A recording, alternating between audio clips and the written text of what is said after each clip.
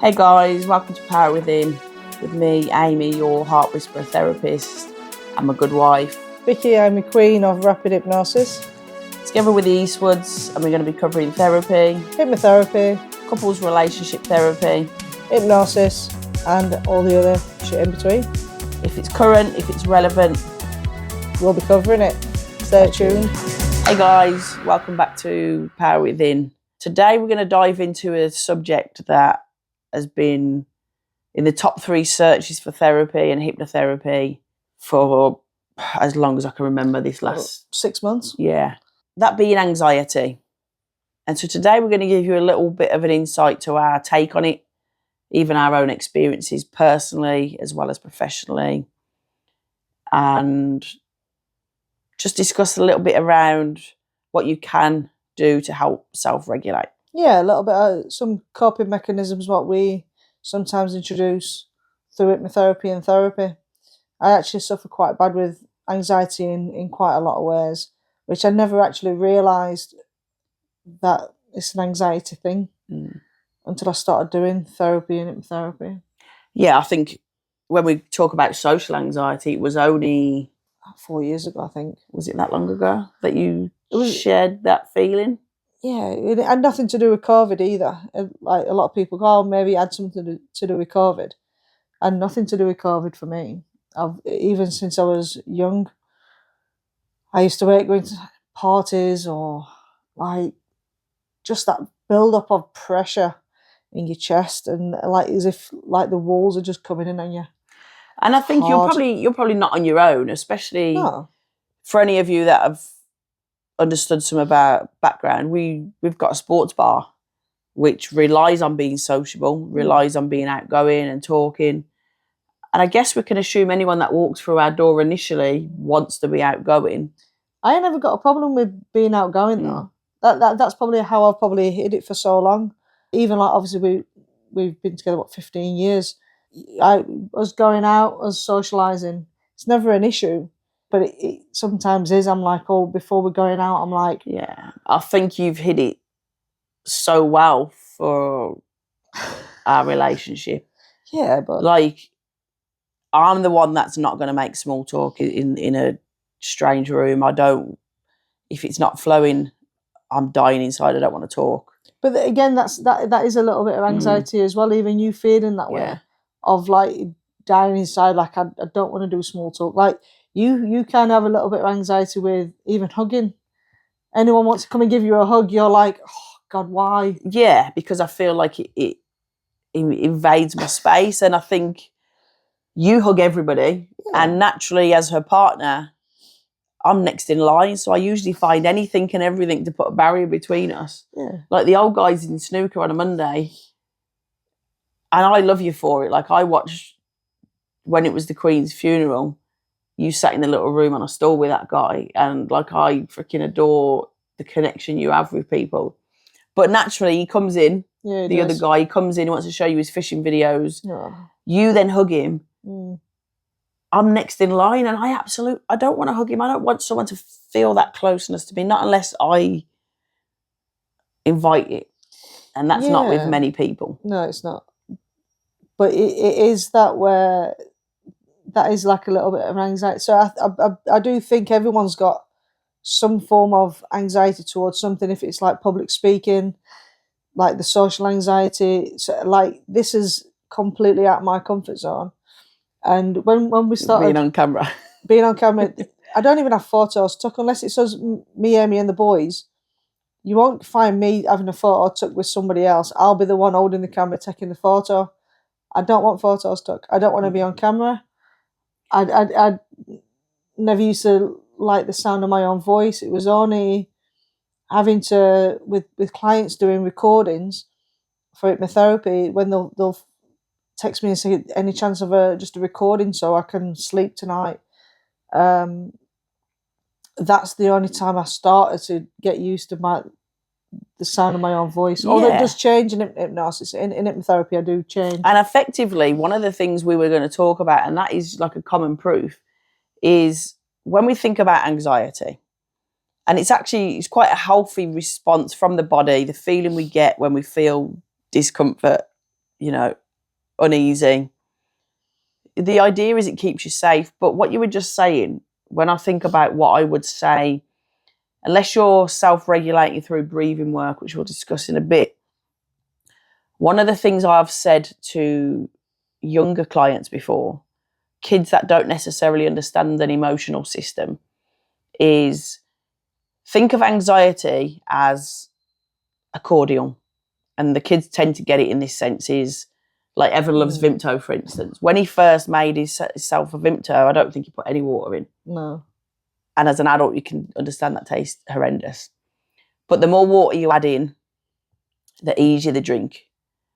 And with you, even with social, when you feel that way on camera, it's getting easier. Like, It's getting easier. I can't say I like to see myself on camera. I definitely don't like hearing my own voice. But I do think if you look at our staff will start to giggle now, because whenever I've got a message to put on WhatsApp or I'm showing them something new that we've done because we've changed a bit in the club, I'm like sending a recording, aren't I? And but that's you. I didn't. I think it's got easier. It's got easier now. You're quite confident anyway. Where I'm probably less confident. Only like when I'm learning something, I learn something, and I want to be the best version of me. So I don't want to be the best hypnotherapist in the world, but I want to be the best version of a hypnotherapist from me. And I think that's where it sits with me. So like, but I do know that personally, I'm probably can be out there with one of the best, but I don't need to be. I mean, you're confident, which is great. Like, I love your confidence. You're always like, if there's going to be anyone what comes up for anything, oh yeah, speak to Amy. Yeah. Amy's the one. We're like good cop, bad cop at the minute at work. Yeah, but which is good, because sometimes I'm not always a good one. I'm always sometimes a bad one. But I think you're more confident, especially when we do hypnotherapy. I do therapy more than hypnotherapy. I think you absolutely smash hypnotherapy. And this isn't about blowing each other's trumpet. She's great. We were doing anxiety the other day and we decided not to use that video because you were actually feeling very anxious that day. My chest was killing me, and I think I was so, I don't know why I was so nervous about it. But again, when I only watched a little bit and I thought, I can't use that. And that's fine. And it's not, one thing I don't want you guys to think when we're behind the camera and we're married and we've got 2 kids and we've got, we live in a beautiful home and we've got a sports bar, is that we've got it all figured out. No. In life, personal, especially in our professional, in the work we do, the therapy and hypnotherapy work we do, I'm proud of what we do. I feel like it's almost a calling. And we've had a meeting today regarding this podcast of how can we distribute hypnotherapy to hundreds of thousands of people that need it? And the answer is face-to-face is physically impossible. We will start to create a platform when people subscribe, they can use some of our recordings. So if you don't have the finances, if it's not physically able to find one in your local area, in the very near future, you can download or log in, or we're just learning the legality of it. You can use some of that material. But going back to anxiety, if you go to the doctors currently and say, I'm feeling anxious, or I don't know what I'm feeling, I feel this sensation, and they might label it as anxiety, they may even medicate to a degree of calm.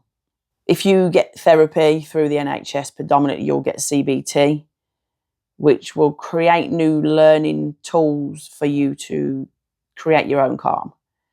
And there's a few that we've sort of gone through, haven't they, that we use sometimes in hypnotherapy. The hypnotherapy one, it is quite simple. It's called the 3 5s, I think. 555. Yeah, just 555. And it is just taking a deep breath in for 5 seconds, hold for 5 seconds, and release for 5 seconds. And that will just start regulating your heart again, and that feeling of pressure. It's the one thing what I do use. I don't tell that many people, actually. If there's clients there what do suffer with anxiety, when I'm doing hypnosis, I do talk them into doing that.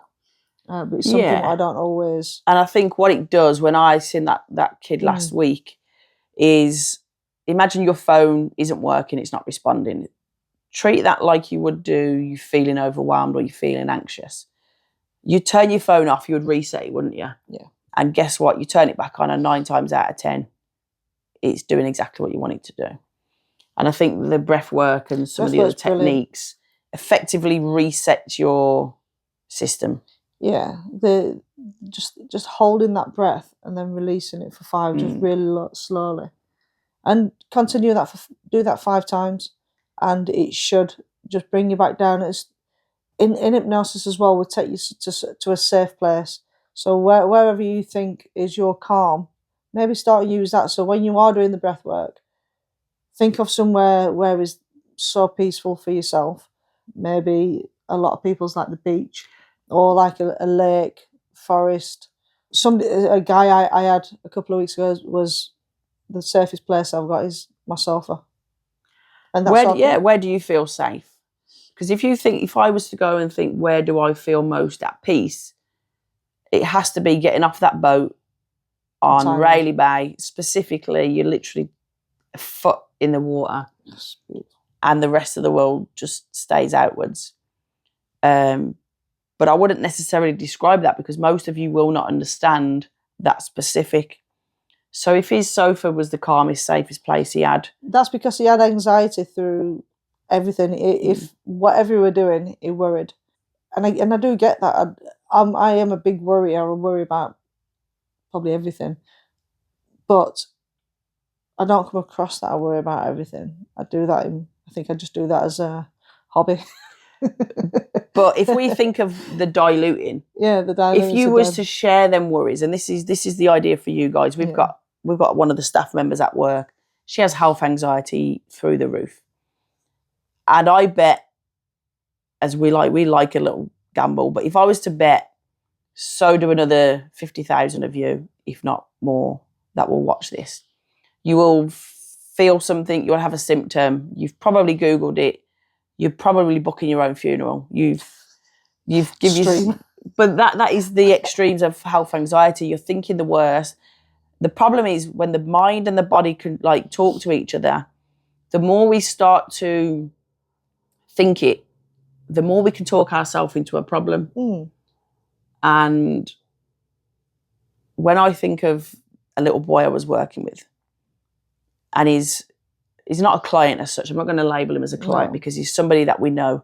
He played football with our boys, and I've been able to be privileged to watch him grow this last year. But he had anxiety around sick. And it doesn't probably sound a lot, but even the word sick, if he was sitting in this space, he would have left. It was quite extreme. Smells would trigger this sickness.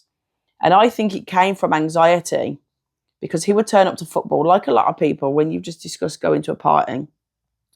He would turn up to football. He would tell his mum he felt sick. And she created a strategy for him with Tic Tacs. So she would give him this Tic Tac. Almost imagine your mind sees it as a tablet. He'd have this Tic Tac. He'd feel better. He'd get out and play football. He was good as gold. So I did some work with him on a one-to-one privately and got his subconscious to understand the feeling of the control with Tic Tacs. Now, any time, whether it's 10 years' time from now, whether he starts uni, whether he's got a new job, if that feeling ever arose, his mind is in control of that and the Tic Tacs will come to surface. And we will share some of our client work because it's been granted permission. Otherwise, the rest of it stays confidential. But I remember, because I wasn't charging her, she took him to a shop to buy me a candle. And she took a picture of him. He's on the bottom shelf in this supermarket. And he picked out this candle. And she said, as a parent, you don't understand how much this photo means, because previously a smell would have sent him out the door. And so, I'm proud when I watch him grow. He's really flourished in even on the pitch. He's become that vocal. She thinks we should do some work to tone him back down a little bit. But bottom story, she texted me the other day. He physically got sick through the night for the first time since he's done hypnotherapy. And she says, I can't believe there was no panic attack afterwards. He just got sick like a child would. And he went back to bed. And so That is what hypnotherapy does. Yeah, and they're the good things. As soon as you hear, like, oh, I slept really good last night. I've not like had any anxiety attacks or anything like that. I'm trying to think of another one what we could have shared. But there's so many out there what we have actually dealt with in hypnosis for anxiety. And there's a lot with panic attacks as well. So the flying's another one. Flying. Motorways is a big trigger for a lot of people. I don't know. And again, many jobs that I've had, I used to be a driving instructor. And I never used to understand why people had that, with motorways. But then, because what I used to tend to do myself is put people on a fuel dual carriageways just so they get used to building that speed up. But I don't really know what people do these days, obviously. Yeah, because you think everyone teaches different. It would just that's I never wanted people to go onto a motorway and have a panic attack. Yeah, you think of anxiety, and the more we avoid something, this is where fears then lead. But we'll discuss fears in a totally different conversation. But we avoid it, don't we? Yeah. And then this anxiety and the feeling gets bigger and bigger, which is why if we imagine we take back control, we dilute it, talk, like you say, you don't share some of your thoughts, even we're both therapists. But the more we share it, the more we take back the power and the control, the less the anxiety takes hold of us. Yeah, it's not about not sharing. It's sometimes like when we say about going to parties and stuff, I still do go. I go and socialise. I can stand and talk to people. I can enjoy the company. But then sometimes I might need to just go outside, or I might just dip off to the toilet and just have a few little moments to myself where I can sort of hear myself think sometimes, because I think half the time everything's so loud for me. So I might go somewhere. I think we went out for dinner the other week, and there must have been like 13 of us. And I went upstairs to the toilet, and I was like, oh my God, this is so nice in here. And I wanted to phone Steve and say, Steve, just come upstairs to the toilet, because I just needed to have a conversation. I do. Yeah. But yeah, things are so loud, and when there's like 13 people just talking, and then there's all the busyness of the pub. Oh, that's just me. Yeah. But after having that 5 minutes to myself, I come back down and I was all right. Which was effectively like breath work, and you regulate, and it's finding that pressure valve in hindsight. And I think, if you remember, we shared that book the other week with somebody. Yeah, that's it. The yeah, Kai obviously being a looked after child, we had to do a 12-week behaviour educational course for trauma children. So we did what we had to do. But one of the things to come out of that was, for a lot of kids in care, they've suffered trauma. And so they're often in a meerkat state. And for me, that is anxiety. And I always picture it when I'm starting to do hypnotherapy with somebody with Ficross Zoom, and you go to the little meerkat section, and they're all like, they come out the hole, and they're like, they're on their back feet and they're ready. And that is an anxious state. And so I think Kai was, when we first took him on, I would say he was 80% in meerkat brain. And the book, this little children's friendly book, was about the elephant, the monkey, and the meerkat. And it helps children understand it. But I've used it with adults. If you understand you're effectively in that fight and flight mode, imagine you don't have to be. Like, the feelings that your body's creating naturally, you don't have to be in that state. Yeah, because sometimes it's fight, flight, or hide as well. Where a lot of people might just hide from things. Maybe that's what I've always probably done. Just hid from the world. You hide so well, though. But even down to hypnotherapy, how many people do I tell that I do hypnosis? I was seeing quite a lot of people, but I kind of just told them that I've just let the secret hypnosis. And that's what I was sort of going around telling people, because I would, if I was dealing with people, that's with you. And also that's another thing. So even on camera, I said to you before, I need a little bit of hypnosis just to get me through sometimes, especially on camera and stuff. And I always wear glasses for reading, and obviously for any screen, like tablets or anything. And you created, like we normally do sometimes anchor points. So like I said to you, I need something where I feel different. So now, if I put my glasses on, they change me. Superman. She calls them my Superman glasses, or they're just reading glasses. But I can. But it's like a mask, isn't it? It's almost like we've done it before, where somebody can have a cape. So imagine like an invisible cape. You're safe. You're in control. You're calm. Yeah. I think your glasses do that for you. Yeah. So if you ever see me out, I've not got glasses on. Which means she'll be very calm and relaxed. Yeah. But just with glasses, it's like being in fancy dress, I would say. So we've been out in fancy dress before as pensioners, and I could just do whatever I wanted to do. Because you're not you. Because I'm not me. So I think I was putting sausage rolls in an handbag. Yeah.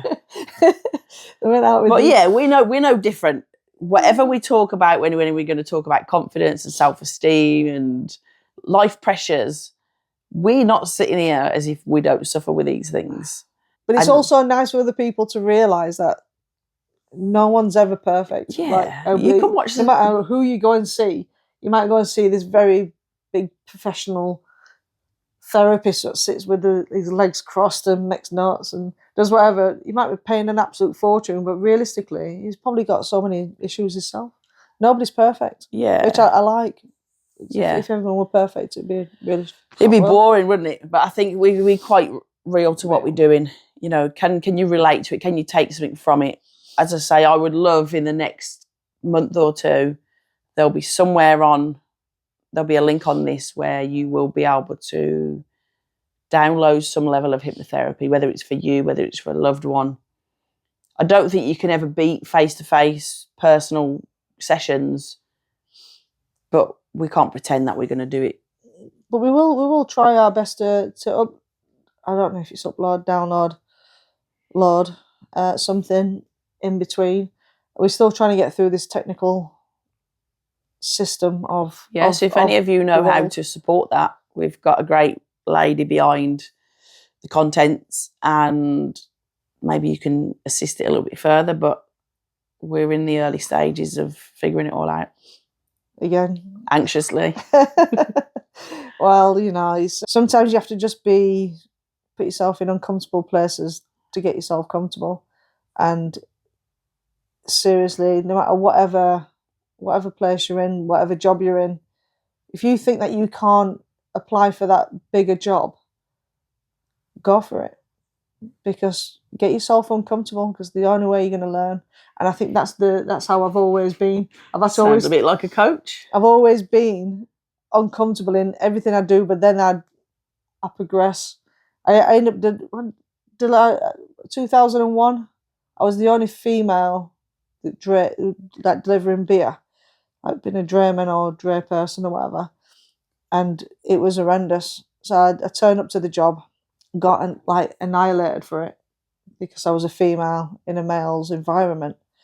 I had my Class 1 licence, and it was awful. But I stayed because I was uncomfortable. And because they thought you'd quit. And they all had bets that I'd quit. And I stayed there for 9 years. So I was very fit at the time. Couldn't afford to eat. But anyway, guys, that's all for today. Any questions or queries about anxiety, I'm sure we could possibly help. Yeah. Reach out. Be safe. Thank you. See you later.